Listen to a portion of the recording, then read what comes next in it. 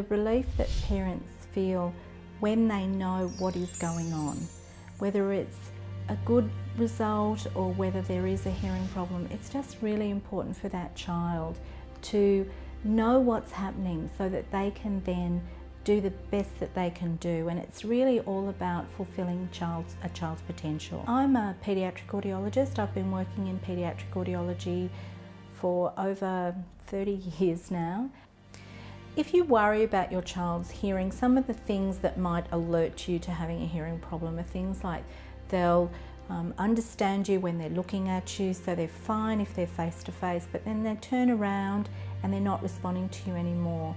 Kids are a bit funny that way. Sometimes they look like they're not hearing you and they're just ignoring you, so it's really difficult to tell. If your child has a hearing problem, the very first thing we'd want to do is talk about the results. So I will explain the results to you, explain the hearing and the middle ear test result, and then we'll work out whether it's a good idea for you to go straight to your family doctor and talk to your family doctor about what should happen next.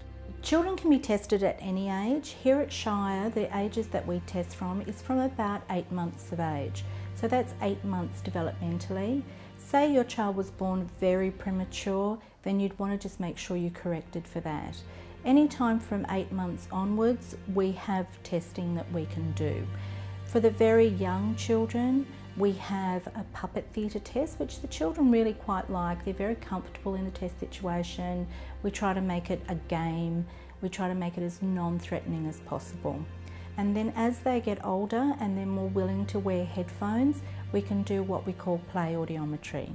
And again, we try to make it as non-threatening as possible so that the children have a lot of fun with the game and we can find out what their hearing is, hopefully pretty quickly, but we'll just work around the child, do the best that we can with that child.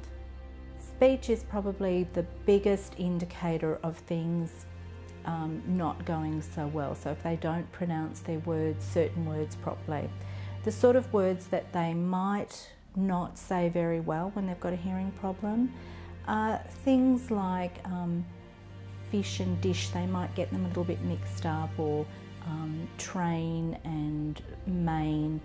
It's more about getting words mixed up than not saying words at all.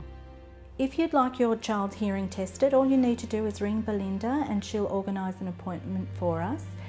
We have a different number of times. We also offer a Saturday appointment to make it easier for working parents. We offer about an hour per child, which gives us enough time to get to know your child, do the tests that we need to do, and without hurrying the child so that we don't make them feel like they're in a rush to get through it.